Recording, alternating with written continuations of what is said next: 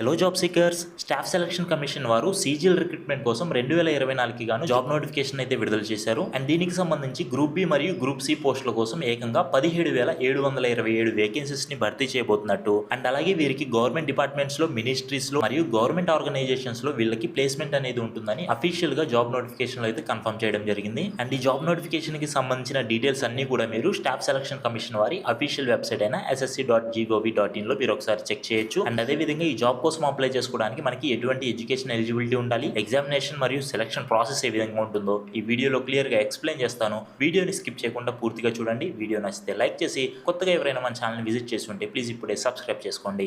And ముందుగా ఈ 17,727 vacancies ఏవైతే ఉన్నాయో ప్రస్తుతానికి ఎటువంటి డిపార్ట్మెంట్స్ లో ఎన్ని పొజిషన్స్ లో రిక్రూట్ చేయబోతున్నారు, అఫీషియల్ గా ఈ నెంబర్ ని ఇంకా అనౌన్స్ చేయలేదు. దీనికోసం అయితే మీరు వెయిట్ చేయాల్సి ఉంటుంది. ఇటువంటి కీ అప్డేట్స్ అన్ని కూడా అమీ government jobs Facebook, Instagram, Telegram pages ద్వారా అప్డేట్ చేయడం జరుగుతుంది. వీటి లింక్స్ అనేవి డిస్క్రిప్షన్ లో ఉన్నాయి. ప్లీజ్ ఒకసారి చెక్ చేసి జాయిన్ అవ్వండి.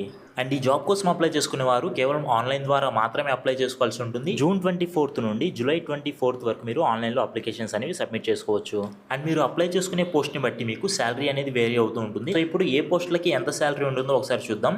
గ్రూప్ ఏ పోస్ట్ కోసం మీరు అప్లై చేసుకున్నట్టయితే మీకు పర్ మంత్ బేసిక్ శాలరీ వచ్చేసి 56,100 నుండి 1,77,000 వరకు అయితే ఉంటుంది. అండ్ అదేవిధంగా గ్రూప్ బి పోస్టుల కోసం మీరు అప్లై చేసుకుని ఉంటే మీకు పర్ మంత్ బేసిక్ శాలరీ వచ్చేసి 35,400 నుండి 1,12,400 వరకు మీకు శాలరీ అనేది ఉంటుంది. అండ్ చివరిగా గ్రూప్ సి పోస్టుల కోసం మీరు అప్లై చేసుకున్నట్టయితే పర్ మంత్ మీకు బేసిక్ శాలరీ వచ్చేసి 25,500 నుండి 81,100 వరకు మీకు శాలరీ అనేది ఉంటుంది. అండ్ ఇప్పుడు ఈ జాబ్ కోసం అప్లై చేసుకున్న వారికి ఎగ్జామినేషన్ ప్రాసెస్ ఏ విధంగా ఉంటుంది, సెలక్షన్ ప్రాసెస్ ఏ విధంగా ఉంటుందో ఎక్స్ప్లెయిన్ చేస్తాను.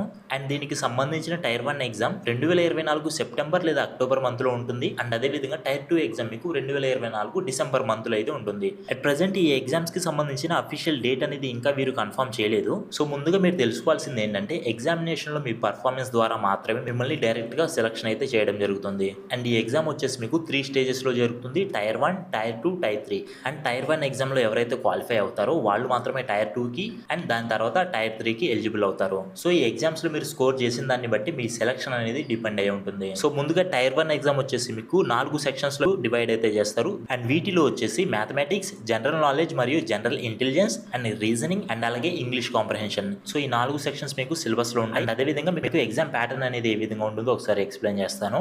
అండ్ ఈ ఎగ్జామ్ వచ్చేసి మీకు కేవలం ఆన్లైన్ ద్వారా మాత్రమే కండక్ట్ చేయడం జరుగుతుంది. మొత్తం మీకు 100 క్వశ్చన్స్ ఉంటే ఆ 100 క్వశ్చన్స్ కూడా మీకు మల్టిపుల్ చాయిస్ కింద ఉంటాయి. అండ్ అదే విధంగా ప్రతి ఒక్క రాంగ్ ఆన్సర్ కి మీకు 0.25 మార్క్స్ అనేవి మీకు మైనస్ చేయడం జరుగుతుంది. అండ్ ఇంకా ఎగ్జామ్ డ్యూరేషన్ వచ్చేసి మీకు 1 అవర్ పాటు ఉంటుంది. అండ్ ఇప్పుడు దీనికి సంబంధించిన సెలక్షన్ ప్రాసెస్ ఏ విధంగా ఉంటుందో చూద్దాం. ఈ సెలక్షన్ ప్రాసెస్ అనేది మాక్సిమం మీకు టైర్ 1 మరియు టైర్ 2 ఎగ్జామ్ బేస్ పైనే ఉంటుంది. సో టైర్ 1 లో వచ్చేసి కంప్యూటర్ బేస్డ్ టెస్ట్ అనేది ఉంటుందని ఆల్రెడీ మీకు ఎక్స్ప్లెయిన్ చేశాను. ఇంకా టైర్ 2 ఎగ్జామినేషన్ వచ్చేసి మీకు మల్టిపుల్ పేపర్స్ ఉంటాయి. దీనిలో మీకు పేపర్ 1 వచ్చేసి టైర్ 1 లో మీకు ఏదైతే సిలబస్ ఉందో సేమ్ అదే విధంగా మీకు ఈ ఫార్మాట్ అనేది ఉంటుంది. దీనిలో ఏంటంటే మీరు అప్లై చేసుకున్న స్పెసిఫిక్ పోస్ట్ ని బట్టి మీకు ఎగ్జామ్ పేపర్ అనేది ఉంటుంది. మొత్తం మీకు ఎగ్జామ్ లో 3 పేపర్స్ అయితే ఉంటాయి. అండ్ చివరిగా టైర్ 3 లో వచ్చేసి మీకు స్కిల్ టెస్ట్ కి సంబంధించిన ఎగ్జామ్ అనేది కండక్ట్ చేస్తారు. దీని రిజల్ట్స్ పైన మీ సెలక్షన్ పైన ఫైనల్ డిసిజన్ అనేది తీసుకుంటారు.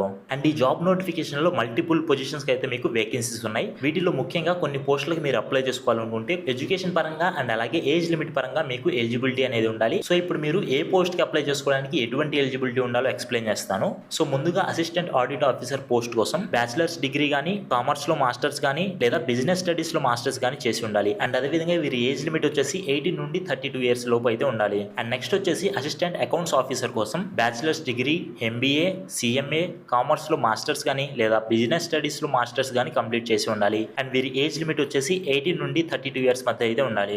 అసిస్టెంట్ సెలక్షన్ ఆఫీసర్ పోస్ట్ కోసం బ్యాచిలర్స్ డిగ్రీ కంప్లీట్ చేసి ఉండి అండ్ వీరి ఏజ్ లిమిట్ వచ్చేసి 20 నుండి 30 ఇయర్స్ లోపు అయితే ఉండాలి. అండ్ నెక్స్ట్ వచ్చేసి అసిస్టెంట్ ఎన్ఫోర్స్మెంట్ ఆఫీసర్ పోస్ట్ కోసం మీరు బ్యాచిలర్స్ డిగ్రీ అనేది కంప్లీట్ చేసి ఉండాలి. అండ్ వీరి ఏజ్ లిమిట్ వచ్చేసి 18 నుండి 30 ఇయర్స్ లోపు అయితే ఉండాలి. అండ్ అదే విధంగా ఇన్స్పెక్టర్ మరియు సబ్ ఇన్స్పెక్టర్ పోస్ట్ కోసం బ్యాచిలర్స్ డిగ్రీ అనేది మీరు కంప్లీట్ చేసి ఉండి 18 నుండి 30 ఇయర్స్ లోపు కలిగిన వారు అప్లై చేసుకోవచ్చు. జూనియర్ స్టాటిస్టికల్ ఆఫీసర్ పోస్ట్ కోసం ఎడ్యుకేషన్ పరంగా మీరు బ్యాచిలర్స్ డిగ్రీ కంప్లీట్ చేసి ఉండాలి. అండ్ అదే విధంగా మీకు 12th లో అర్థమెటిక్స్ తరపున 60% మార్క్స్ అనేవి మీరు స్కోర్ చేసి ఉండాలి. అండ్ వీరి ఏజ్ లిమిట్ వచ్చేసి 18 నుండి 32 ఇయర్స్ లోపు కలిగిన వారు అప్లై చేసుకోవచ్చు.